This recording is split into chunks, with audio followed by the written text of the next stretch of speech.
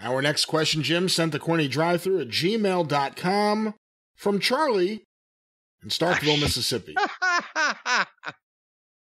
In a recent interview, Paul Wight said the segment he had with Randy Orton on the Legends Night episode of Raw was the reason he was done with WWE. The quote here is, "It's just they talk so much about legends, but anytime they are around, they get run into the ground." What are your thoughts on White's take on the WWE and their use of legends? Well, remember, didn't we, in the review of that particular night of business, Orton was brutal to Mark Henry, who got absolutely no comeback or whatever, but we mentioned that what the fuck? Why are they just browbeating and emasculating these guys on Legends Night? But yeah, we commented on it when we talked about that. It was strong enough. They make guys, just emasculate them and make them look like shit. And I guess he just didn't like it and said, well, I can do something else. I don't blame him.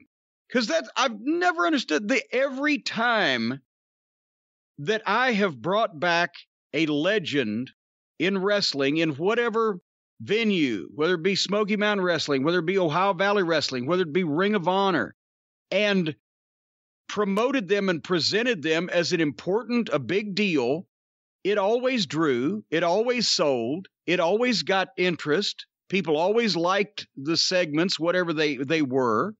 And my biggest ever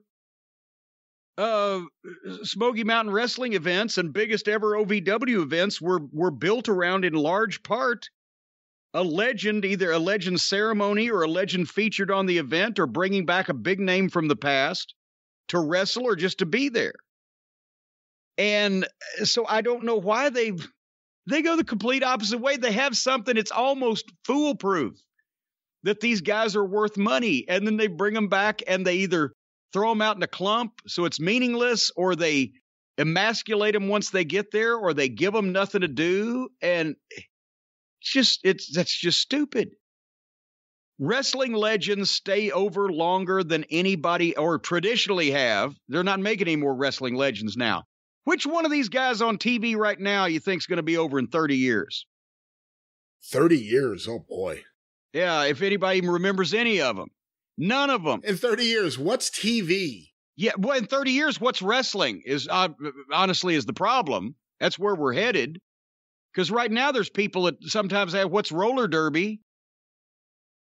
So I don't know what their issue is, but you protect your legends because they're your fucking money in the bank. You can open that bank vault if you don't do it too often, and you can bring out gold every time with a wrestling legend.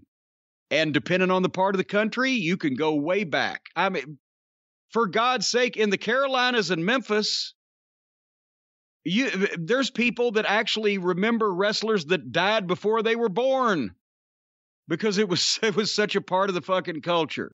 And they don't know who the WWF champion is today.